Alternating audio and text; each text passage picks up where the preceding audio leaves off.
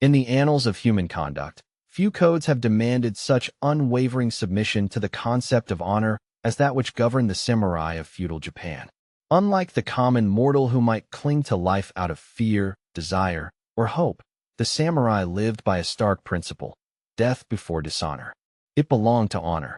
This axiom was not merely a saying, but the very foundation upon which their existence was constructed. The Bushido Code, their moral compass, delineated a path where loyalty, courage, and self-discipline overshadowed all else, often at the expense of life itself. Central to this austere philosophy was the ritual of seppuku, a ceremonial suicide that transcended mere death, becoming a testament to the samurai's ultimate fidelity to their ideals. Seppuku was no haphazard act born of despair. It was a deliberate and highly formalized ceremony, steeped in symbolism, designed to reaffirm the warrior's allegiance to the immutable tenets of Bushido. The act involved the samurai taking a short, razor-sharp blade, usually a tanto, and plunging it into the abdomen with meticulous precision. This self-inflicted wound was both a physical and spiritual severance from shame. The abdominal cut was not random violence, but a ritualized incision that symbolized the severing of one's ties to dishonor. Yet, the act did not end with this initial, agonizing gesture. To mitigate prolonged suffering and preserve the dignity of the deceased, a trusted attendant, known as the kaishikunin, would perform the decapitating stroke swiftly after the abdominal cut, ensuring a merciful release. This duality, the self-inflicted wound followed by another's decisive blow, underscored the complex interplay between personal sacrifice and communal responsibility embedded within samurai culture. The ritual's choreography was exacting. Seppuku was conducted with witnesses present, often in a solemn setting where the samurai donned white robes, symbolizing purity and readiness to meet death honorably. The presence of spectators was no mere formality. It ensured that the act was verifiable, that the samurai's courage and resolve were publicly acknowledged and uncontested. Such transparency was essential in a society where reputation and honor dictated one's very existence. To die in secret or without proper ceremony was to court disgrace, an outcome more feared than death itself. Herein lies a paradox. The samurai sought to escape dishonor through death, yet that death had to be witnessed to confirm the triumph of honor over life's baser instincts. Yet, the grim reality of seppuku was far from the romanticized images often portrayed. It was a brutal and unforgiving practice that bound individuals to a destiny carved by societal expectation rather than personal volition. Samurai were not always free agents in this fatal rite. Lords and clan leaders wielded the code as an instrument of control, compelling retainers to commit seppuku as a form of punishment or to avoid the indignity of capture by enemies. The sword that secured honor also sealed lives, wielded by those in power to enforce discipline and obedience within the clan. The ritual was thus as much about social order and political expediency as it was about personal redemption. It belonged to honor, yes, but it was also a tool wielded by the strong to command the weak, a final assertion of authority over body and soul. The practice extended beyond the male warrior class. Women related to samurai, bound by their own codes of conduct, engaged in a similar, though distinct, form of ritual suicide known as jigai. Though less documented and often overshadowed by the more public spectacle of seppuku, jigai reflected the same grim ethos, an unwavering commitment to honor that transcended gender, a willingness to embrace death rather than live under the shadow of shame. This pervasiveness of ritual suicide within samurai families reveals the depth of the code's hold on every facet of life, weaving a tapestry of fatal resolve that enveloped entire clans. Loyalty, above all, demanded this ultimate sacrifice, binding families in a collective embrace of death over dishonor. The cultural and spiritual foundations of seppuku were deeply entwined with Buddhist and Shinto beliefs, which shaped the samurai's perception of death and the afterlife. Death was not merely an end but a passage, a transformation where the samurai sought to maintain their dignity in the face of finality. The precise and ritualized nature of seppuku was thus a form of spiritual discipline, a way to confront mortality on one's own terms, a last assertion of control in a life governed by rigid codes. The blade's cold bite was a stark reminder of the impermanence of existence and the inescapable fate that awaited all. Yet, within this fatal embrace lay a profound, if tragic, dignity. To the samurai, death was not defeat, but a reaffirmation of one's values, a final act that embodied the very essence of Bushido. The training and upbringing of samurai were rigorous, designed to instill these harsh values from a young age. From childhood, boys destined for the warrior class were taught to revere honor above comfort in life. They learned not only the arts of warfare, but also the psychological fortitude necessary to accept death without hesitation. The code demanded an internalization of loyalty and sacrifice so complete that the prospect of seppuku was not fearsome, but a solemn duty. This preparation was both mental and physical, ensuring that when the moment came, the samurai would carry out the ritual with unwavering resolve. The cultivation of such a mindset reveals the brutal nature of a society where the individual's value was subordinated entirely to collective ideals. In this light, the role of family and retainers gained profound significance. Samurai families were both the bearers and enforcers of honor, responsible for upholding the code's stringent demands. Retainers, too, were bound by loyalty, above all, to their lords and comrades, often serving as kaishakunin in seppuku ceremonies, tasked with delivering the final mercy stroke. The presence of a kaishakunin was not merely practical but symbolic. It demonstrated the communal nature of honor, where death was witnessed, shared, and sanctioned by those within the samurai's inner circle.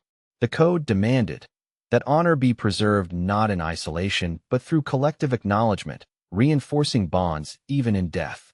The ceremonial and social significance of seppuku extended beyond the individual to the very fabric of samurai society. It was a mechanism of internal enforcement, a means to police the boundaries of acceptable behavior within the clan. Failure to adhere to the code could not be tolerated, as it threatened the clan's reputation and cohesion. Thus, seppuku was wielded as both punishment and salvation, a paradox that encapsulated the brutal logic of samurai honor. The act signaled a restoration of order, a reaffirmation of values that transcended the life of one man. It belonged to honor, a concept that demanded sacrifice without question. Yet, this internal policing was not without its moral ambiguities. The expectation to commit ritual suicide imposed a psychological burden that was both immense and unrelenting. Samurai were caught in an existential bind where the fear of shame could suppress reason, compassion, and even survival instinct. The code demanded a stoic acceptance of death that often left little room for mercy or dissent. The samurai's life was a delicate balance between the pursuit of glory and the inevitability of demise, a dance choreographed by the unforgiving dictates of Bushido. In this crucible of discipline and fatal resolve, the samurai emerged not merely as warriors, but as living embodiments of a culture that exalted honor above all else. Seppuku, with its chilling precision and solemn ceremony, was the ultimate expression of this ethos, a ritual that stripped away the veneer of nobility to reveal the stark finality beneath. It was a practice born of societal expectation and spiritual conviction, a testament to a world where loyalty and courage were measured not by survival, but by the willingness to embrace death on one's own terms. The blade that secured honor also sealed lives, leaving behind a legacy of discipline intertwined with tragedy and fatal resolve. The ritual of seppuku, etched deeply into the psyche of the samurai, cast a shadow far beyond the moment of death. It was not a singular act, but a cultural force that shaped the very fabric of samurai society and, by extension, Japanese civilization itself. Its impact was profound, reinforcing an unforgiving social hierarchy where failure was anathema and death preferable to dishonor. The code demanded a life lived in the constant presence of death, an existence where the specter of ritual suicide loomed perpetually, urging warriors to embrace fearlessness in battle and stoic acceptance in despair. It belonged to honor, a principle that demanded sacrifice so absolute it often consumed more lives than the battlefield itself. This valorization of honor cultivated a warrior class whose psyche was honed to view death not as defeat, but as the ultimate affirmation of their values. The specter of seppuku instilled a relentless drive to avoid shame at any cost, creating an environment where fear of disgrace could eclipse reason and mercy.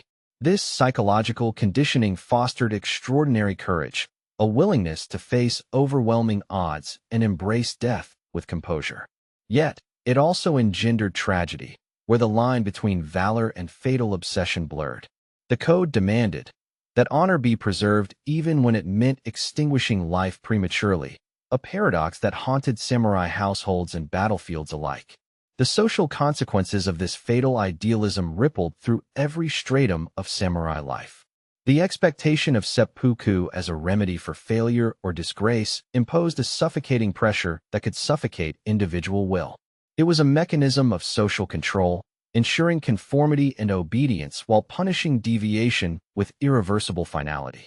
The ritual became a tool wielded by lords and clans to maintain order, but at the cost of human lives and psychological torment. The code demanded unwavering loyalty and discipline, yet it sowed seeds of fear and despair beneath the polished veneer of honor. Moreover, the insistence on ritual suicide often obstructed diplomatic resolution and prolonged conflicts. When surrender was equated with shame, and death regarded as the sole path to redemption, opportunities for negotiation or mercy were foreclosed. Battles were fought not merely for territory or power, but to uphold the intangible ideal of honor, fueling cycles of violence that consumed generations. The blade that secured honor also severed possibilities for peace, binding warriors to a fatalistic destiny. It belonged to honor, yes, but it was a grim legacy that perpetuated suffering and loss. As Japan entered the throes of modernization in the late 19th century, the practice of seppuku became increasingly anachronistic, a relic of a fading world. The samurai class itself waned, supplanted by new social orders and political structures that rejected the brutal dictates of Bushido. Yet, the echoes of seppuku persisted, haunting the national consciousness as both a symbol of ultimate honor and a chilling reminder of cultural extremity. The code demanded loyalty above all, but the cost of such devotion was now scrutinized with growing skepticism.